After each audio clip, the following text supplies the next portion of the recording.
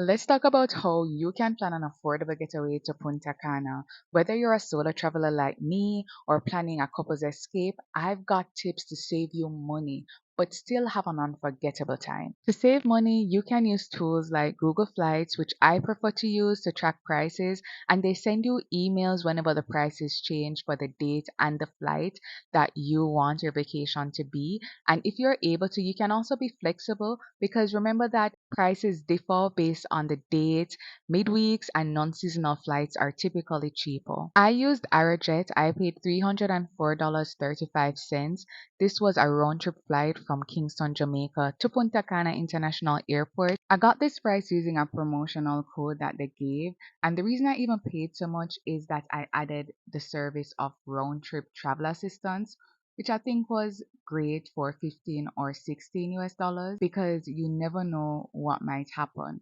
Also, what I love with Arajet is that they always have some discounts or promotion going on. So if you haven't heard of them, you can check them out.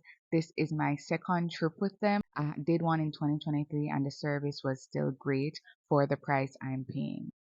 You have two main choices when it comes to accommodations. You have all-inclusive resorts or you have Airbnb or guest houses. If you're watching a food budget, all-inclusive resorts are a bit of a smarter option, especially if you're traveling with a group, family, or partner. Your meals, your snacks, drinks, and even some entertainment are included. So there's no need to worry about the daily cost.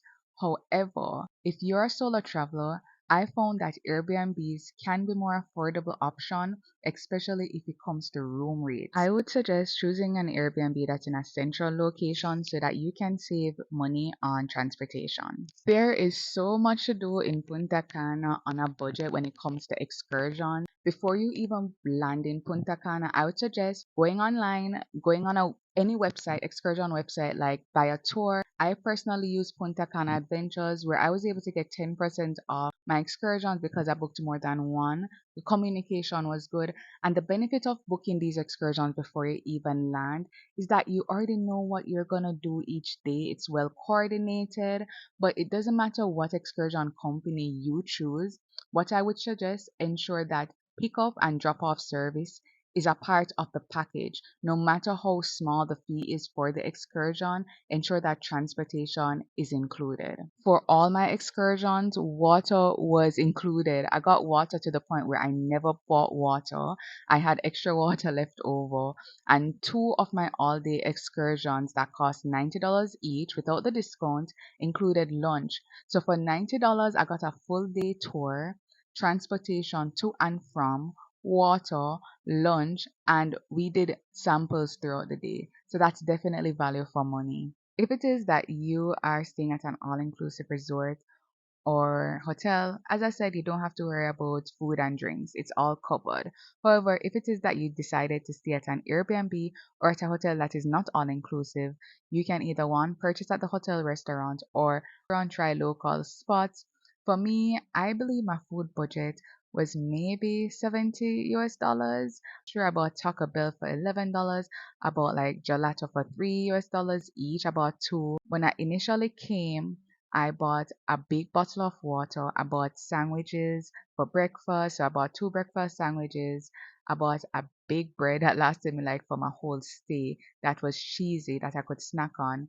So all of that for the two sandwiches, the water, and the bread that was 11 US dollars. The water I was able to use for my entire trip. I did have water, a 5 liter water that I bought when I went there the first day. Expensive thing I bought was for $35, and that was for sushi because I wanted to try Dominican sushi. Mind you, that was for two different meals. So divide that by two, that's what, $17. So when you go, just note that, any meal for a single person might run from 11 to 15 or $17. Use that as an earmark. Mind you, I didn't really go all over. I just bought little things because I'm a solo traveler. So I might feel full after like the lunch that they provide at the excursion because it was a large amount. My expertise on transportation might be limited. As I said, I didn't use transportation. I only use transportation to and from the airport where I paid 25 US dollars to and from, and I got that taxi company from the Airbnb. It was recommended by the Airbnb that I was staying. So to note, Punta Cana does have Uber. I was asked that by a tourist who was living in the UK, and I told her, yes, I know it's here. So it's an option. They even have a bike option. I don't know if I would suggest that based on what I saw when I was there, but do it at your own risk. It's much cheaper than a typical vehicle. But you just know you have renting a vehicle is an option. But if it is that you're cutting costs as somebody who is not staying at an all-inclusive hotel, because I know some all-inclusive hotels have hotel shuttles, so there's a plus to that. But if you're thinking of renting a car, just think of the buying gas, the insurance, all of that can eventually add up. If you found any of my tips helpful for your upcoming trip, like this video and tell me which tip was the most helpful. Safe travels!